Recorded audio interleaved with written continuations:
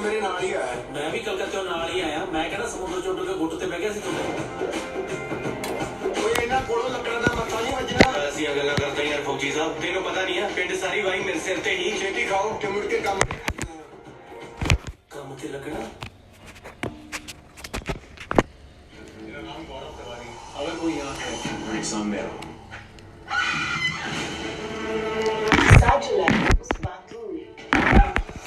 की डेथ कैसे हुई? मुझको किसी बात का डर नहीं, डर था। गौरव Tiwari.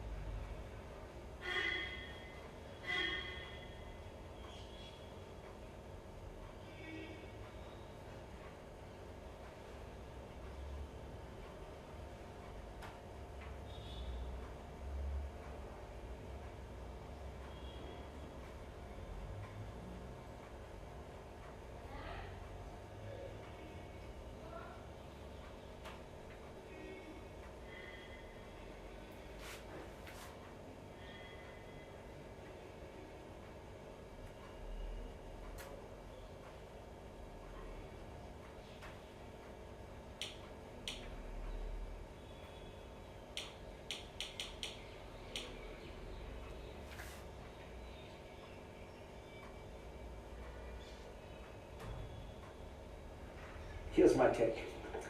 For years now, Europe has been caricatured as too divided to act, too lethargic to decide, too comfortable to think strategically. Yet over the past year, Europe has behaved with a quiet shrewdness that contradicts that stereotype. Faced with an unpredictable United States, it has neither lashed out nor capitulated. Instead, it has adapted.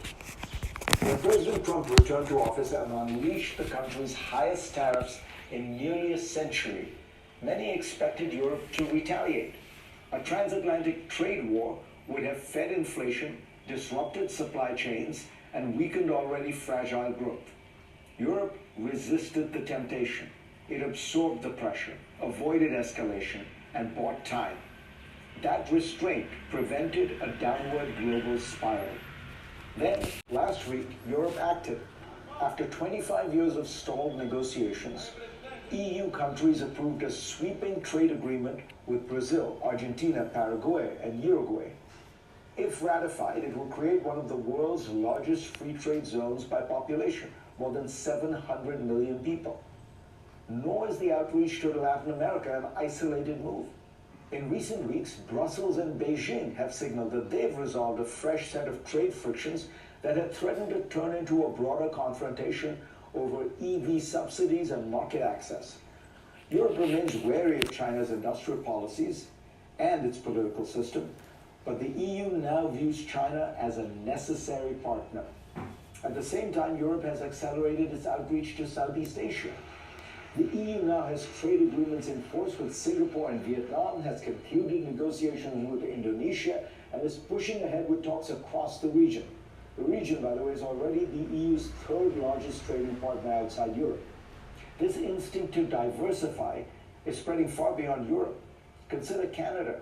For 3 decades, Ottawa made a clear strategic bet that its future lay in ever deeper integration with the United States, economically, diplomatically, politically. More than 75% of Canadian goods exports flowed south in 2024. It was one of the most successful integration stories of the post-Cold War era. That trust has now been shattered. Trump's tariffs, threats to reopen trade agreements, and bizarre declarations about annexing Canada have forced a rethink. Canada's new Prime